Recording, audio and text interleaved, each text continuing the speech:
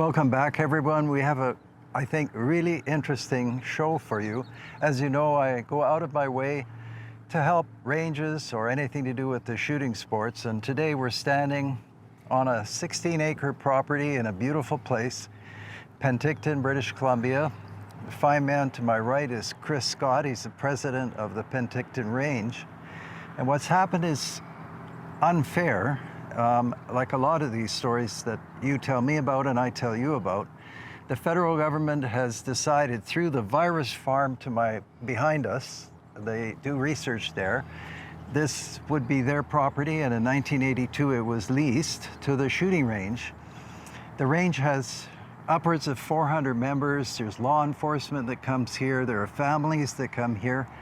There's a lot that's embedded in the community involving this range. And now all of this is supposed to be shut down. We're standing on top of the trap house. So hopefully that's a decent introduction for you, but it's better if Chris describes what's happening, because like I said, it's completely unfair and unnecessary. This is an established part of the community. It's valuable. I think anyone would agree. It reminded me when I first heard the story of someone like a federal or provincial government just declaring that a golf course has to close. We decided to pull your lease. It would hurt people just as much, and maybe more, because it's harder to set up a range in many ways than it is to set up a golf course. Anyway, enough talking from me. Chris, please describe what all's happening and why is it happening? Yeah, so just a year and three-quarters, a year and a half ago, we were informed that this piece of land is excess to the government's portfolio for the agricultural center, and that they're going to divest the land, and that they are terminating our lease, and that we have to find somewhere to go or cease to exist. And finding somewhere to go is not an option, because there's literally been millions of dollars and a lot of labor, free labor, volunteer labor put into this club, and our options are limited going forward. Mm-hmm. How tight is it? Like, what are they expecting you to do, and by when? Well, in the beginning, when they first told us about this, that was our biggest concern, is how long do we have, and how long will we be able to find a new location and potentially move or make some kind of arrangements. At that time, they told us it was going to be around 10 years.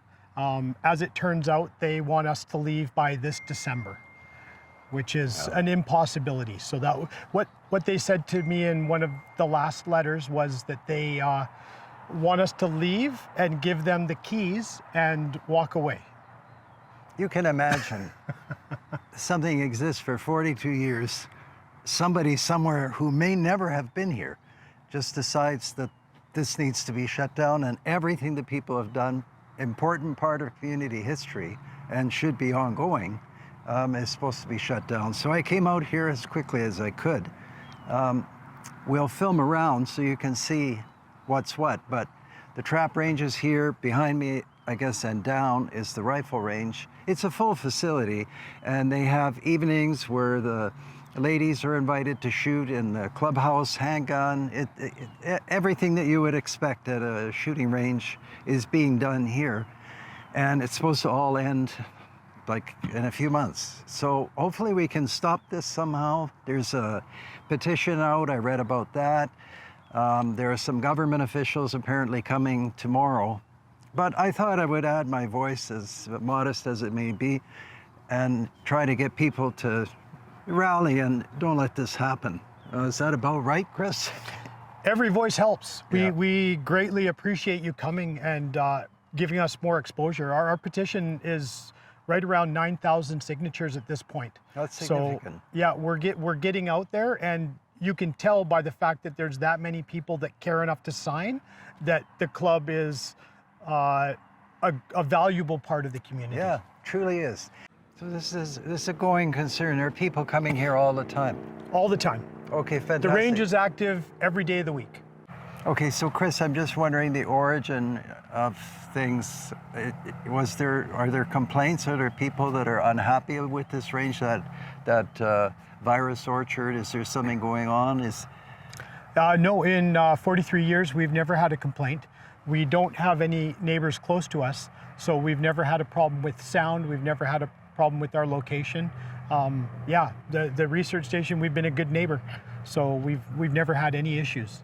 I can't figure out what's going on, but very strange. Okay, well, maybe we take a walk around. We'll bring you with us, and just so you get an idea of the facility, and hopefully you can do your part somehow. There's always a way, and you're probably smarter than me in figuring out how to support a cause like this, but this definitely should not be shut down. I don't think it's even a material decision for them. This is somebody who is writing a piece of paper somewhere and having a huge impact and not realizing what an impact they're having. So we have to let them know, and you can help. All right, well, take a look around. I invite you to have a look at this background. The places I shot didn't look like this. It's unbelievable. You've got the lake, you've got the hills, absolutely beautiful. I think a range belongs in a community like this. It's integral, I think, to most communities, and that's why it's here. They don't occur for no reason. They occur because they're needed, and this range is still needed. Anyhow, do you have to say anything about? Well, I just would add that this, so the beginnings of our range date back to around World War I. So not in this location. We actually had a different location on this same western side of the lake, farther down, which is the West Bench. Okay. And in 1982, in 1981-ish, we were given notice up there that we had to vacate that spot in a land transfer. Yep. And so in that whole situation, that's how we ended up here. But overall, we believe that the beginnings of the Penticton Range, the Shooting Sports Association, goes back almost 100 years. So there you have it. I didn't know that part. They've been displaced people once already. I think they belong here and should stay here. And hopefully you think so too. Anyway, isn't it unbelievable? Just can you picture yourself, the birds flying out of the house and heading out what looks like over the lake. Everything falls long before the lake. The pellets never get very far, in case you don't know that. They don't have a very long trajectory. That's right. That's right. Yep, that's correct. Yeah. So one other thing I would add is that it is very beautiful, and this is an insanely beautiful spot, but this land is actually not useful for much else because we have sinkholes, and this is all the clay from the lake, like the old, and so this is actually not prime building land or anything that we're taking up. This is one of the few things that this particular parcel of land is actually good for. Yeah, and I did look into that before coming out here, whether this was slated for some kind of fantastic development or, you know, research center or something, and none of that is true. This really should be the range that it is, and there is nothing else slated for this. So it would be the useless demolition of a valuable community asset. All right, we'll look at some more stuff. So now we're in the rifle range, and once again, there's some interesting history. The ceiling here was made by some German craftsmen. They actually took apart pallets, and if you know pallets, they're not easy to disassemble. The wood is really hard and it grabs the nails. But they took them all apart and they did the whole ceiling. It's kind of like a chalet in here. And then actually behind the camera is a 200-yard range, and the shooters here shoot everything. I see 22. Naturally they clean up, but the odd one escapes. And black powder, the regular high power cartridges, 30-06 and so on. Anything else that I'm not thinking of, Chris, so that they shoot here? That probably covers it. 338. 338. Mapua. Yeah, oh, interesting. Yeah. 416, yeah, the big ones. Yep, so everything here, backstop is actually a mountain. So there is no question of safety. And we'll pan that way and you'll see what I mean. So it's, And the feeling I have, which is quite accurate, is that we're in a desert, and we are in a kind of a desert. It's very dry here. The trees that you see, I just asked Chris, so these are ponderosa pine, and the feeling here is wonderful. It's a great, great range, wonderful facility. No wonder so many people come here. I actually want to come here myself. I don't know why I haven't been here before. No, it's a lovely, lovely range. And, you know, not all of you are shooters, but most of you, I think, are shooters on the channel. And you know what I mean. I've never been here before, but when I arrive on a range, I definitely wish I had a rifle to shoot. I guess it's the same for skaters arriving, you know, at a rink, or a swimmer who loves swimming at the pool. Of course, you need the facility. So again, I'm leading to the same point. This range needs to stay, and it's absolutely perfect. Just looking at those 200-yard targets. Sometimes 200 yards looks further than in other places. Some perception thing. Anyway, it's absolutely stunning. So have a look at this. You know, you can probably guess I've been at hundreds of ranges, and this is quite special in one particular way, and that is the like noise attenuation, because of course rifles are noisy and so on. Everyone knows this. These berms, so Chris actually had this built. He's been president since 2019, and this, where we're standing, would have been some kind of soil. So they moved all those thousands of cubic meters of material back this way and made these berms. How long did that take you to get all this done? 1 day. Oh, I was going to say it took 2 months of slave labor, but so 1 day with a big excavator, I guess. That's right. All right. Okay, so fantastic. Then you get a good feeling, I hope, for this place. It's a special place, and there is no problem here. There are no issues. There's nothing, no conflict. Nobody's unhappy. So to me, it's a useless problem.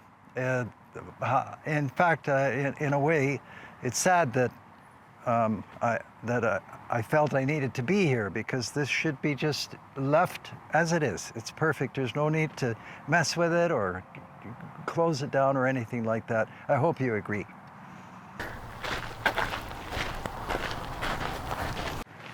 So this place on a Saturday is full. I can imagine. Right, like Yeah. there's lots of times there's no benches left. You got to wait your turn to shoot, because it's extremely popular. So now we're at the Handgun Range, and Chris was just telling me that law enforcement comes here. So naturally I asked how many. So it's like over 100 officers come here to train, and you know how they have to requalify and things like that. So we just walked in here, and this is kind of interesting. Here are a couple of buckets. I hope it's not wrong to film them, but these are non-lethal projectiles. Like this is some kind of rubber. For some reason, they're familiar to me. Anyway, you have proof that law enforcement is here. And yeah, this doesn't look like your average grouse load, does it? So anyway, yeah, can you speak to that, Chris? The law enforcement, they've been coming here how long? Like Longer than I know. So probably from close to the beginning of the range. Definitely for the last 25 years they've been coming, and I know of before that, so plus 30 years for sure. And yeah, at this point now, because everything's expanded so much, we have over 100 officers that are qualified at this range for the South Okanagan RCMP every year. So this would be a detrimental loss for them. Yeah. Because if they lose the ability to train this close to home, they will have to travel to train, and that's going to be an exponential expense. Yeah, absolutely. We've always charged them a reasonable minimum rate to use the range, and if they are forced to go somewhere else to train, it's going to cost probably in excess of 100 times the amount. Oh, I'm sure. Literally. Yeah.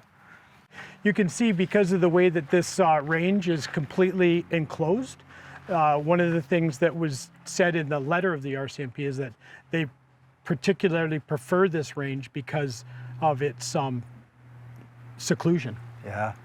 Yeah. It's unbelievable. I've never seen this much, like the sound won't go anywhere. So there you have it from the source. We've got everything here, law enforcement, you have the proof, we've got families, we've got active community that's here every week, almost every day, virtually, trap shooting.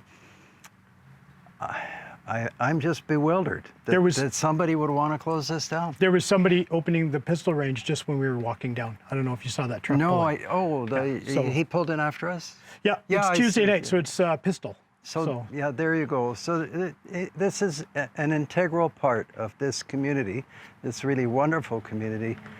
And yeah, so now you've seen the rifle range, pistol range, 2 trap houses, and we walked around the rifle range a little bit.